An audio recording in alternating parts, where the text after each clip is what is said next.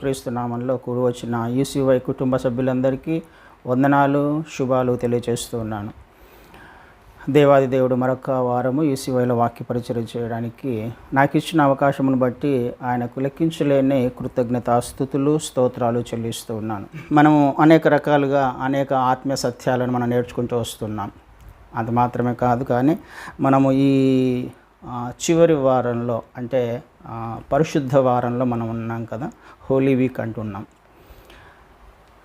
క్రీస్తు వారు శిలువ మరణం పొందడానికి ముందుగా ఆయన యెరూషలేములోకి ప్రవేశించినప్పుడు మనం ఆ రోజుని మట్టల ఆదివారంగా అనుకుంటూ ఉన్నాం. ఆ రోజు నుంచి క్రీస్తు వారు శిలువ వేయబడే ఆ దినము వరకు దానినంతా మనము పరిశుద్ధ వారము, హోలీ వీక్ అని అనుకుంటూ అనేక ఆత్మీయ సత్యాలను దాని ద్వారా నేర్చుకుంటూ వస్తూ ఉన్నాం.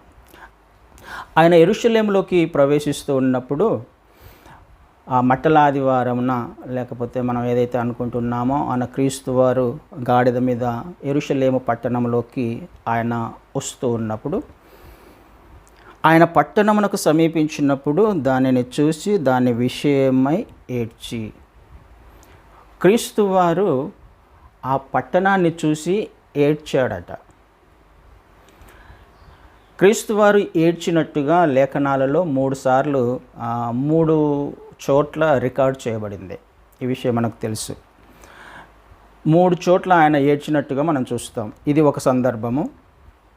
ఇంకొక సందర్భంలో లాజరస్ చనిపోయినప్పుడు మనం యోహాను సువార్తలో చూస్తాం కదా, 11వ అధ్యాయంలో ఆయన యేసు కన్నీళ్లు విడిచాను అన్న మాట చూస్తాం. అక్కడ లాజరస్ చనిపోయిన సందర్భంలో ఒకసారి ఏడుస్తాడు.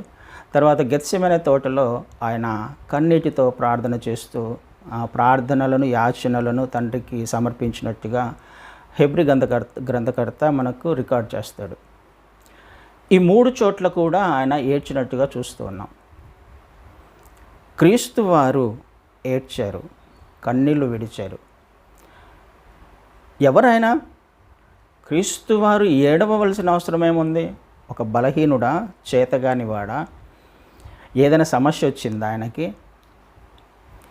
ఎప్పుడు ఏడుస్తాం మనకి అండి? సహజంగా మనం ఏడుస్తూ ఉంటాం కదా, ఏడుపు వస్తుంది. అసాధ్యం అనుకుంటూ ఉంటాం కొన్ని సందర్భాల్లో. మన బలహీనతను బట్టి, మనం వెళ్తున్న పరిస్థితులను బట్టి, ఎవరు మనకు సహాయం చేయని విధానాన్ని బట్టి, అనారోగ్యాన్ని బట్టో, ఆర్థిక ఇబ్బందులను బట్టో, చాలా కఠినమైన పరిస్థితులు ఎదుర్కొన్నప్పుడు ఏడుపు వస్తుంది మనకి మానవులముగా. కానీ ఈయన ఏడ్చింది క్రీస్తు వారు,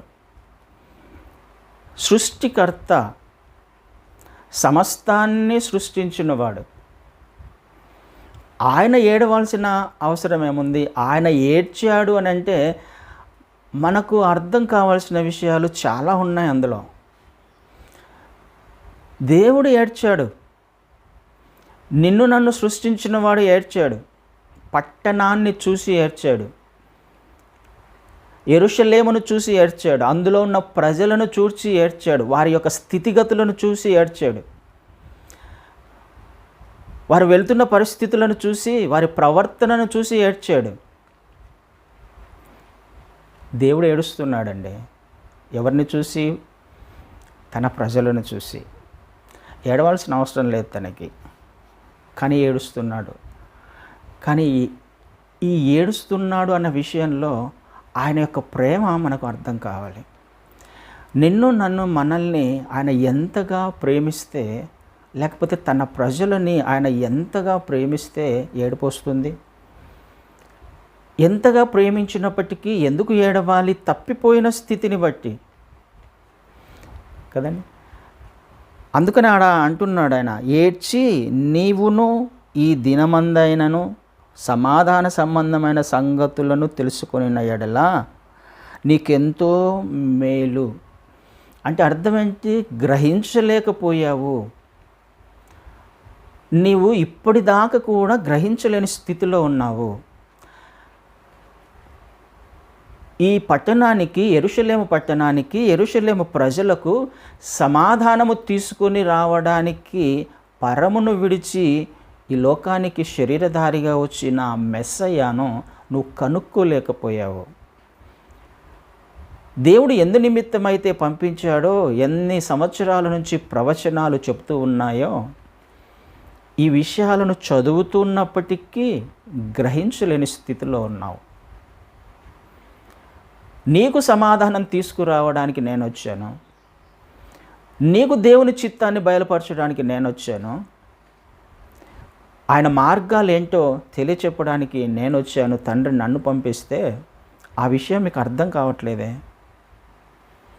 కదండి. ఆ విషయం అర్థం కావట్లా ప్రజలకి. ఆనాటి నుండి ఈనాటి వరకు కూడా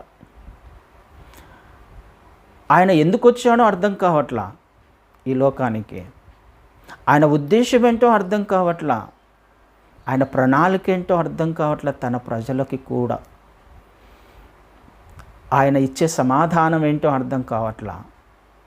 సంపాదించుకోవడానికి, పొందుకోవడానికి అర్థం లేని, లేకపోతే అర్థం చేసుకోలేని స్థితిలో ఈనాటి ప్రజలు, ఆనాటి ప్రజలు కూడా ఉన్నట్టుగా ఆయన మాటల ద్వారానే చూస్తున్నాం. ఏడ్చాడు అందును బట్టి ఆయన. అవి నీ కన్నులకు మరుగు చేయబడి ఉన్నవి. ఎందుకు కన్నులకు మరుగు చేయబడి ఉన్నాయి? నీ మనోనేత్రాలు మూసుకుపోయాయి. నీకు స్పిరిచువల్ బ్లైండ్నెస్ వచ్చేసింది. నీ ఆత్మీయ నేత్రాలు మూసుకుపోయాయి. ఎప్పుడు మూసుకుపోతాయండి? ఒక వ్యక్తికి కన్నులు కనపడట్లేదురా నువ్వు అని అంటూ ఉంటాం కదా. తలకెక్కినప్పుడు పొగరు, కన్నులు కనిపించట్లేదురా నీకు అంటూ ఉంటాం. ఎప్పుడు ఎక్కుతుంది? తలకి తనున్న స్థితిని బట్టి, తనున్న స్టేటస్ని బట్టి, ధనాన్ని బట్టో, లేకపోతే జ్ఞానాన్ని బట్టో, ఉన్నతమైన స్థితిని బట్టో అతిశయపడుతూ ఇష్టం వచ్చినట్టుగా ప్రవర్తించే వాళ్ళు అనేక మందిని చూస్తూ ఉన్నాం. అంటే పాపము ఒక వ్యక్తి మనోనేత్రాలను మూసివేస్తుంది. తప్పు చేస్తూ ఉన్నప్పుడు, పాపం చేస్తూ ఉన్నప్పుడు సత్యమును గ్రహించని స్థితి మనోనేత్రాలకు గుడితనము కలుగచేస్తుంది. ఈ లోకదేవత చేస్తున్న పని అదే. కన్నులు మూసుకుపోయాయి అందరికీ కూడా అన్నాడు. క్రీస్తు వారు ఎవరో గ్రహించని స్థితి కదండి. ఆ మాట ఒకసారి చదువుకుందాం. 2 కొరింథియన్స్లో 2 కొరింథియన్స్ 4వ అధ్యాయము 3-4 వచనాలను చదువుతాను. 2 కొరింథియన్స్ 4వ అధ్యాయము 3-4 వచనంలో, మా సువార్త మరుగు చేయబడిన ఎడల నశించుచున్న వారి విషయంలోనే మరుగు చేయబడి ఉన్నది. దేవుని స్వరూపి అయి ఉన్న క్రీస్తు మహిమను కనపరుచు సువార్త ప్రకాశము వారికి ప్రకాశింపకుండు నిమిత్తము ఈ యుగ సంబంధమైన దేవత అవిశ్వాసులైన వారి మనోనేత్రములకు గ్రుడ్డితనము కలగచేసెను. అనేక రకాలుగా మీకు చెప్పడానికి ప్రయత్నం చేశాను. అనేక రకాలుగా క్రీస్తు లేకపోతే తండ్రి యొక్క హృదయాన్ని ప్రకటించడానికి ప్రయత్నం చేశాను. సువార్తను చెప్పడానికి ప్రయత్నం చేశాను. కానీ మీ కన్నులు మూసుకుపోయాయి. మీకు అర్థం కావట్లే. ఎవరికి అర్థం కాదు. సహజంగా ఎవరికి అర్థం కానదు అని అంటుంది 3వ వచనంలో, మా సువార్త మరుగు చేయబడిన ఎడల నశించుచున్న వారి విషయములోనే మరుగు చేయబడినది. ఎవరి విషయంలో?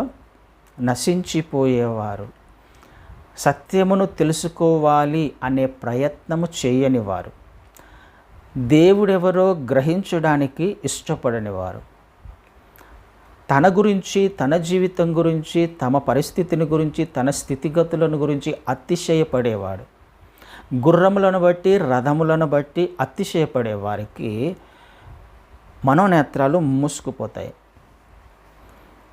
కదండి. నశించిపోయే వారికి మాత్రమే దేవుడెవరో పట్టదు. దేవుని పట్ల భయభక్తులు ఉండవు. ఆత్మీయ స్థితిలో లేకపోతే ఆత్మీయ జీవితం జీవించాలనే ఆశ ఉండదు. అందుకే 4వ వచనంలో, దేవుని స్వరూపి అయిన క్రీస్తు మహిమను కనపరుచు సువార్త ప్రకాశము వారికి ప్రకాశింపకుండు నిమిత్తము.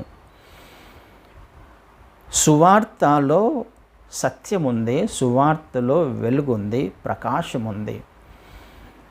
ఆ వెలుగు చీకటిని పారద్రోలడానికి ప్రయత్నం చేస్తుంది.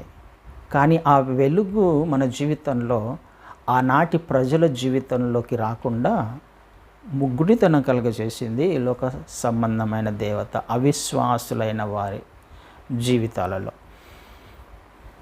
అవిశ్వాసి అని అంటే ఎవరండి?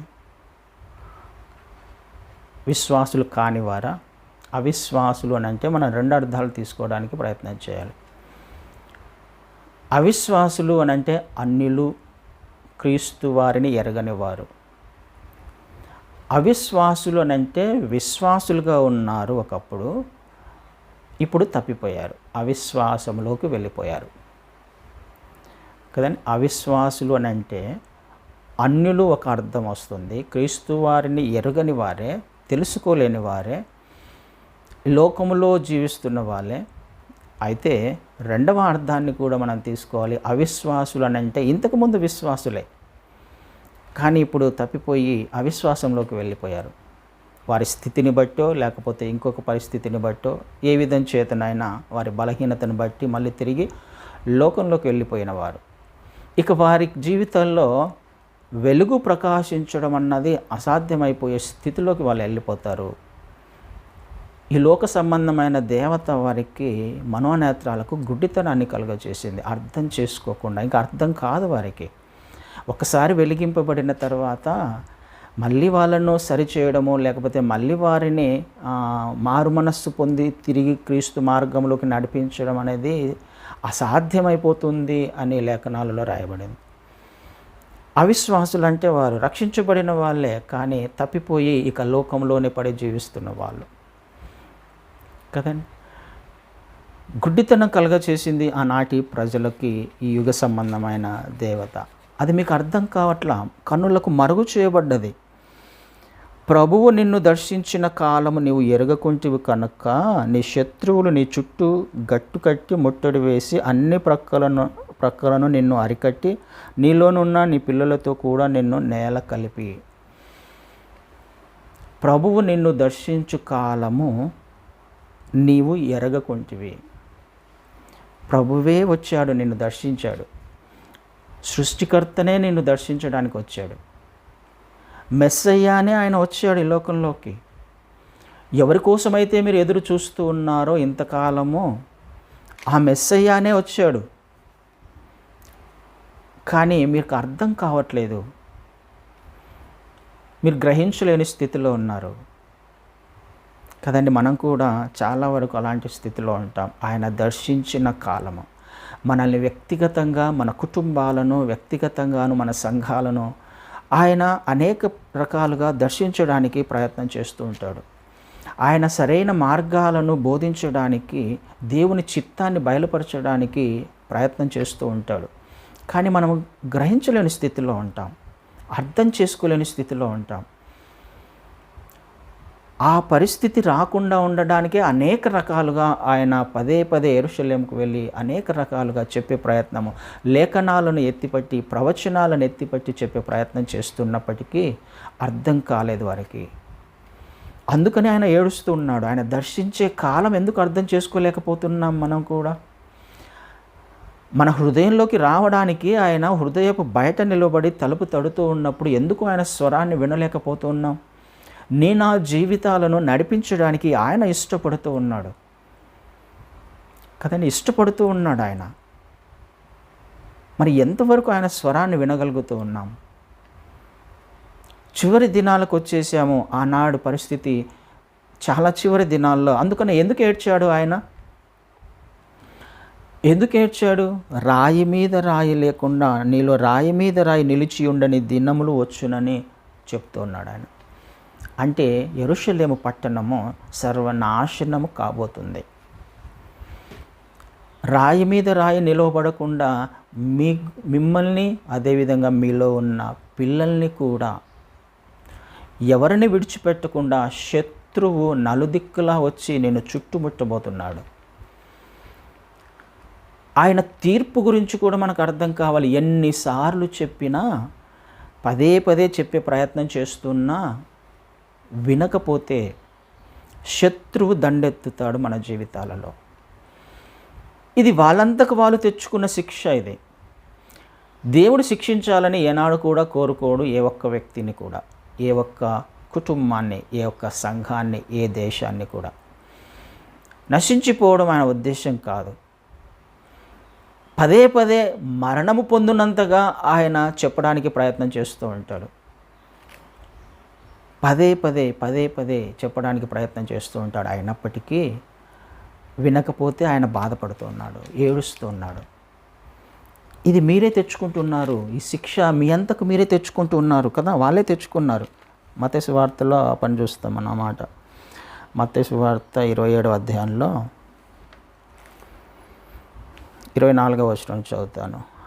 పిలాతు అల్లరి ఎక్కువచున్నదే గాని తన వలన ప్రయోజనమేమీ లేదని గ్రహించి నీళ్లు తీసుకొని జనసమూహము ఎదుట చేతులు కడుగుకొని, ఈ నీతిమంతుని రక్తమును గూర్చి నేను నిరపరాధిని, మీరే చూచుకొనుడని చెప్పాను. అందుకు ప్రజలందరూ వాని రక్తము మా మీదను మా పిల్లల మీదను ఉండునుగాక అనిరి. అప్పుడు అతడు వారు కోరినట్టు బరబ్బను వారికి విడుదల చేసి యేసును కొరడాలతో కొట్టించి శిలువకి అప్పగించాడు. ఏమంటున్నారండి? ప్రజలే, తన ప్రజలే, దేవుని ప్రజలే, ఆయన ఎన్నుకున్న వారే. అన్యునికి తెలిసింది క్రీస్తు వారు ఎవరో, నిరపరాధి అని. ఆయన ఎందుకు వచ్చాడో, లేకపోతే ఆయన మాట, ఆయన ప్రవర్తన కదా, ఆయన గురించి పిలాతు గ్రహించగలిగాడు నీతిమంతుడు అని గ్రహించగలిగాడు. ఆయనకు అర్థమైంది కానీ ప్రజలకు అర్థం కావట్లా, తన ప్రజలకు అర్థం కావట్లా, సొంత ప్రజలకు అర్థం కావట్లా, ఆయన యందు విశ్వాసం ఉంచిన వారికి అర్థం కావట్లా. ఏమన్నారు? పర్వాలేదులే, ఆ నీతిమంతుడు అని అంటున్నావు కదా, ఆయన రక్తముకి నువ్వు నిరపరాధి, సరే మేము అపరాధులమే. ఆయన రక్తము మా మీద మా పిల్లల మీద వచ్చునుగాక అంటున్నారు. పిల్లల మీదను ఉండునుగాక, స్థిరపరుస్తున్నారు దాన్ని కదా, వాళ్ళే ఉండునుగాక. ఎంత దౌర్భాగ్యపు స్థితిలో ఉన్నారు ఆనాటి ప్రజలు. ఎంతగా వారిని ఈ లోకదేవత గుడితనాన్ని కలుగజేసింది. ఎంతగా అర్థం చేసుకోలేని స్థితిలో ఉండిపోయారు. మెస్సయ్యను గ్రహించలేని స్థితిలో ఉన్నారు. ఆయన దర్శించిన కాలము వారికి అర్థం కావట్లా. లేఖనాల నెరవేర్పు కాలము పరిపూర్ణమైనప్పుడు క్రీస్తు వారు ఈ లోకంలోకి వస్తారనే విషయం తెలిసి కూడా వారు గ్రహించలేని స్థితిలో ఉన్నారు. అర్థం చేసుకుందామండి, చివరి దినాల్లో ఉన్నాం మనం కూడా. క్రీస్తు శకము 70లో జరుగుతున్న సంఘటనలను ప్రవచన రీతిగా ఆయన ఆ రోజు పలికినట్టుగా చూస్తున్నాం. రాయి మీద రాయి లేకుండా సర్వనాశనం అయిపోతుంది యెరూషలేము. జరిగింది అలా కదా క్రీస్తు శకం 70లో. దానికి కారణం ఎవరు? అలా జరగడానికి క్రీస్తు వారు దేవుడు అప్పగించాడు అని అనుకుంటూ ఉన్నాం. దేవుడు దానిని అనుమతించాడు అని అనుకుంటూ ఉన్నాం. కానీ అనుమతించేలా చేసింది ఎవరు? వాళ్ళే స్థిరపరుచుకుంటున్నారు. వాని రక్తము మా మీద మా పిల్లల మీద వచ్చునుగాక. ఆ శాపాన్ని వాళ్ళే కొని తెచ్చుకున్నారు. అందుకనే ఒక చోట అంటాడు కదా ఆయన, అమ్మ నా కోసం ఏడవద్దు, మీకోసము మీ పిల్లల కోసం ఏడవండి. ఏం జరగబోతుందో మీకు అర్థం కావట్లా. ఇది జరగవలసి ఉన్నది, నేను శ్రమ పడవలసి ఉన్నది, ఇది దేవుని చిత్తము, ఇది నేను ఎలాగో నా గిన్నెలోనిది నేను ఖచ్చితంగా తాగాల్సిందే, తాగుతాను. కానీ మీకోసం ఏడవండి, ఏం జరగబోతుందో మీకు అర్థం కావట్లా. మీ పిల్లల కోసం ఏడవండి, ఏం జరుగుతుందో మీకు అర్థం కావట్లా.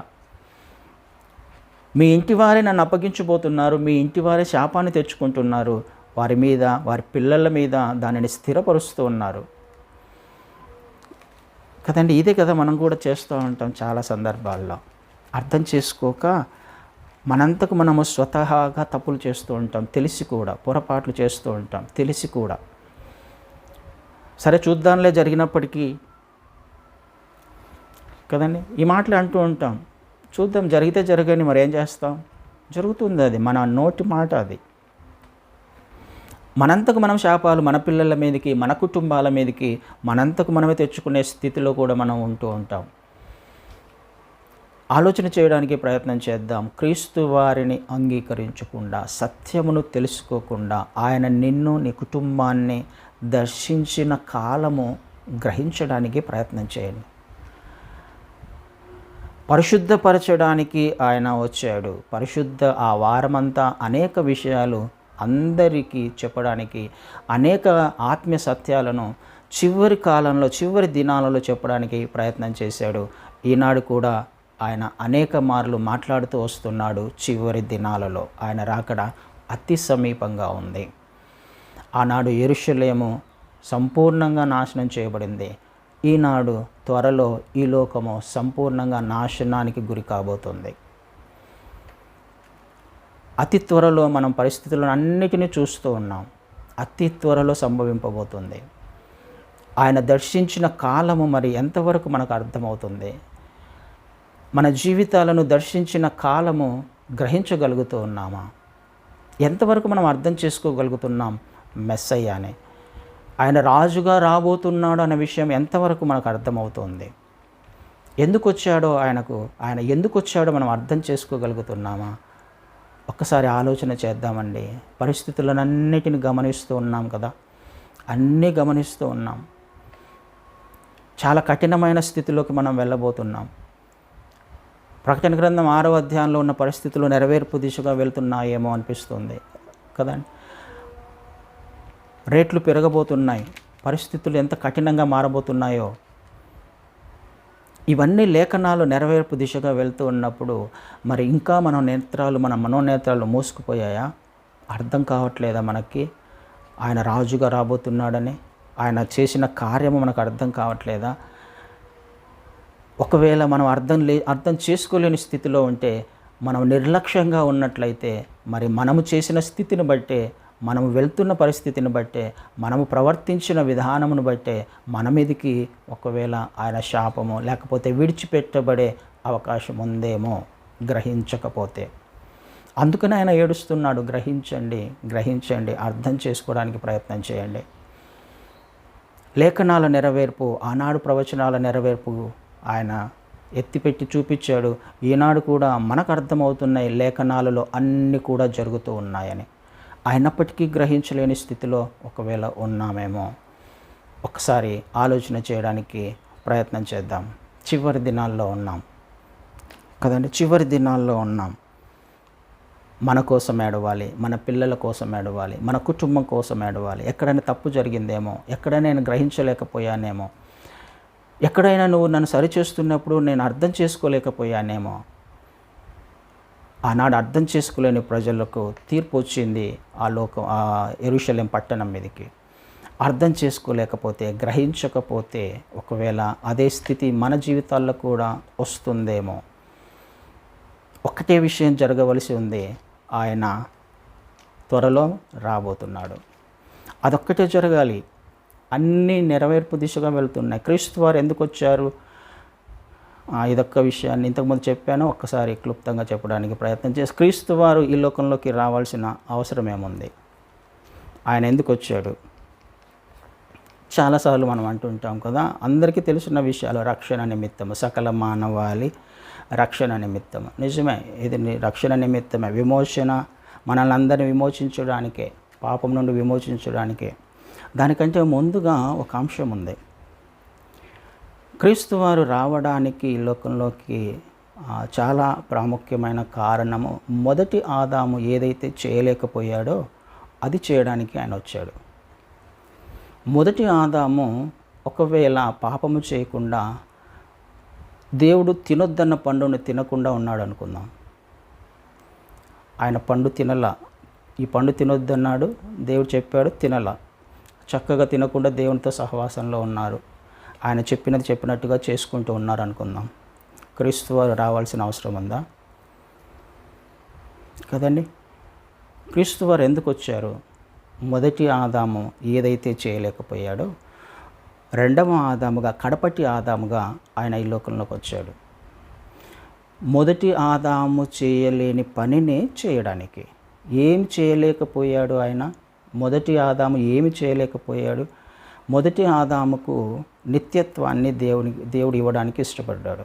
మరణము లేని జీవితాన్ని ఇవ్వడానికి ఇష్టపడ్డాడు. మొదటిదైతే విస్తరించాలా, భూమిని నిండించాలి కదండి. ఇదంతా జరిగింది వారి ద్వారా. కానీ ఇంకొక అంశం జరగాలి. మొదటి అధ్యాయంలో మనం చూస్తాము, ఈ భూమిని ఏలుడి అనే మాటను చూస్తాం కదా. సమస్తాన్ని లోబరుచుకొని భూమిని పరిపాలన చేయాలి. ఎవరు పరిపాలన చేయాలి? ఎవరు ఏలాలి? ఆదాము అవ్వలు పరిపాలన చేయాలి. భూమిని లోబరుచుకోవాలి. అధికారం ఇచ్చాడు ఆయన వాళ్ళకి. కానీ వాళ్ళు దాన్ని కోల్పోయారు. పాపం చేసి అపవాదికి అధికారం ఇచ్చారు. లోకాధికారి ఇప్పుడు అపవాది. లోకానికి అధికారిగా దేవుడు వాళ్ళని నియమిస్తే ఈ అధికారాన్ని తీసుకెళ్ళి వాడి మాట విని వాడికి అప్పచెప్పారు. ఈ విషయము నెరవేర్చబడాలి కదా. మరి లోకాన్ని పరిపాలన చేయాలిగా. ఎవరు పరిపాలన చేయాలి? మొదటి ఆదాము, మొదటి అవ్వ. అది నెరవేర్చబడాలి. అందుకనే కడపటి ఆదాముగా ఆయన వచ్చి చేయాల్సిన పనులన్నీ చేసి నిత్యత్వానికి కావలసిన మార్గాన్ని సిద్ధపరిచి ఆయన వెళ్ళిపోయాడు. ఇప్పుడు కడపటి అవ్వ సిద్ధపడాలి కదా. పరిపాలన చేయాలంటే ఎవరు పరిపాలన చేయాలి? ఆదాము అవ్వలు పరిపాలన చేయాలి లోకాన్ని. ఎవరు పరిపాలన చేయడానికి రాబోతున్నారు? క్రీస్తు వారి పరిపాలన చేయడానికి రాబోతున్నారు. 1000 సంవత్సరాల పాలన. ఎవరెవరు చేయాలి? కడపటి ఆదాము, కడపటి అవ్వ పరిపాలన చేయాలి. ఇప్పుడు అవ్వ సిద్ధపడాలిగా. ఆ కాలమే జరుగుతుంది. కానీ పరిపాలన చేయడం అనేది నెరవేర్చబడాల్సిందే.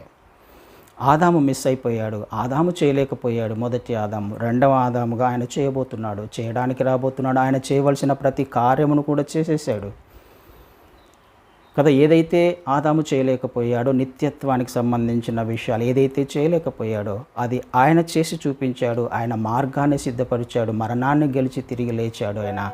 ఇప్పుడు నువ్వు నేను మనము సంఘముగా వధువుగా సిద్ధపడే సమయంలో ఉన్నాం. కానీ ఆ రాకడైతే ఖచ్చితంగా జరుగుతుంది. ఆ నెరవేర్పు అయితే జరగాల్సిందే.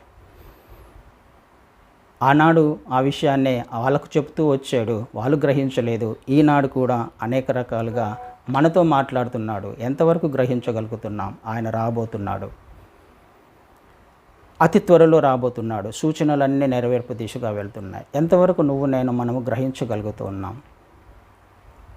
ఆయన పరిపాలన రాబోతుంది. సిద్ధపడ్డామా? ఆయన దర్శించిన కాలాన్ని గ్రహించగలుగుతూ ఉన్నామా? నా జీవితంలో అనేక సార్లు ఆయన మన హృదయంలోకి, మన కుటుంబంలోకి రావడానికి ఇష్టపడుతున్నాడు. ఆ విషయం అర్థమవుతుందా? తెలుసుకోవడానికి ప్రయత్నం చేస్తున్నామా? నీ కొరకే ఆయన ఏడుస్తున్నాడు. ఇంకా గ్రహించలేకపోతున్నావా? ఇంకా తెలుసుకోలేకపోతున్నామా? పరిస్థితులు అననుకూలంగా ఉన్నప్పటికీ మన మీదకి మనమే శాపాన్ని తెచ్చుకుంటున్నామా? మనం చేసిన స్థితిని బట్టి, మనం వెళ్తున్న పరిస్థితులను బట్టి, మన అతిశయమును బట్టి, లోకంలో మనము బిజీ అయిన విధానాన్ని బట్టి ఆయనను పక్కన పెట్టేసే ప్రయత్నం చేస్తున్నామా? సెకండ్ ప్రయారిటీ ఇస్తున్నామా? Third priority ఇస్తున్నామా?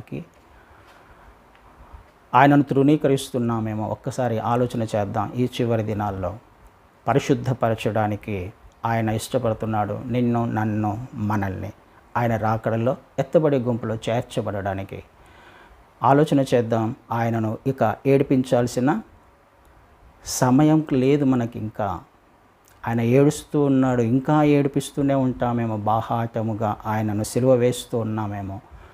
ఒక్కసారి ఆలోచన చేసి మన హృదయాలను ఆయన దర్శించిన కాలాన్ని గ్రహించి ఎన్ని రకాలుగా మన జీవితాలలో ఆయన సరిచేసే ప్రయత్నం చేశాడో దానిని ఒప్పుకొని ఆయన చిత్తంలో జీవించడానికి ప్రయత్నం చేద్దాం.